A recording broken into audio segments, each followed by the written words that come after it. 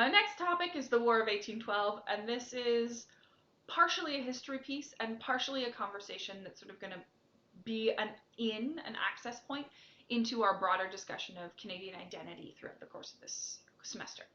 So, the War of 1812 is largely a war that is started by the United States. The United States, at the time, we'll talk about some ideas in that sort of space, um, thought essentially that the Canadian population was oppressed and being controlled by the British Crown. And so the War of 1812 initially was started as a war to liberate those oppressed Canadians from the yoke of British colonial oppression. And from their perspective, they thought this was going to be really easy because for a long time, and we'll get into this again, the United States essentially understood Canada as kind of a natural extension of their possessions, and sort of there was an idea that it was only really a matter of time before Canada became part of the United States, or sort of the colonies that became Canada would become part of the United States. And the War of 1812 kind of doesn't really do anything until 1813, right? Starting wars in the early 1800s is really hard. It's challenging because you have to walk everywhere and moving troops and stuff is hard. So what happens in 1813 is the U.S. soldiers attack the city of York in what is now Toronto. Toronto sort of assimilated York. Um, and they burned a lot of it down. So there's sort of some serious damage to Toronto or to the city of York. And the retaliation is for troops marching on Washington, um, sort of, and burning down the Capitol building and the president's mansion.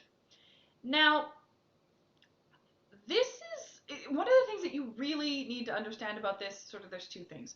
First of all, there are no changes in borders after this happens. So basically, the U.S. soldiers burn the city of York, and Canadian/British soldiers burn the Capitol building and the president's mansion in the U.S., and nothing changes afterwards. There's some apocryphal stories about this is why the White House is white, because we had to paint it white to cover up the burn marks after the troops burned it down. The White House will tell you that this isn't actually true. I'm not sure, and I'm not sure that it matters. It's sort of a conversation about how we tell that story. The other thing that you need to understand in terms of understanding the War of 1812 in Canadian identity understandings is to say that it's quite common in Canada to talk about Canada being the only nation that won a war against the United States because, in 1812 we burnt the White House down and that sort of thing. Okay? That's a pretty common conversation, and it's really important in terms of of establishing an identity for Canada as sort of being a superior country in some ways to the United States. And in a lot of ways it's also not really that true. And I say that because it's really important to understand that in 1812, Canada doesn't have an army. There's no way that Canadian soldiers can burn down the White House because Canada doesn't have an army. What we have is British troops stationed in Canada under the control of the British Crown, and it's British troops that march to Washington and burn down the White House. However, that sort of identity construction is really, really, really important when we talk about that kind of piece. And that's sort of like an identity question. And it's one of the reasons that I have said to a couple of you as we've talked, they're sort of saying students will tell me I'm here to learn the truth about Canadian history. And I sort of usually laugh when people tell me that because history and truth are not quite the same thing, right? We have these facts, and then we have the stories that we make about them, the stories that we sort of use to give those facts meaning so that we can understand them. And the stories are not objectively true or not. They're a question about what you emphasize and what you don't. So in Canada, you'll hear this kind of conversation about this war is really, really important and it helps establish our national identity. And if you go to the United States, you can go to the Smithsonian War Museums and you have all kinds of uniforms about everything else. You have all of these massive exhibits about other wars the United States has fought. And you get to the War of 1812 and a friend of mine promises me it's a plaque about this big. And they sort of acknowledge basically that it happened and don't say anything else about it. So there's that emphasis piece, and we're dealing with the same set of facts on both sides. And you can justify both, right? Because this is a war that gets fought and the borders don't change and nobody cares at the end. So why would we make a big deal out of it in the United States? Although in Canada we do make a big deal out of it because we've assigned a different meaning to it. We've used it sort of as a conversation to establish, right, that identity about being different from the United States. So that kind of is a conversation about how we construct our own history. The other thing that's sort of important to understand from the construction of like a Canadian political entity after the War of 1812 is that as a result of the War of 1812, the Canadian government, like the British Crown, essentially decides that the Canadian border is indefensible. If the US really decided to attack it, the Brits were kind of like, yeah, I don't think we can stop them. I don't really think we can do that.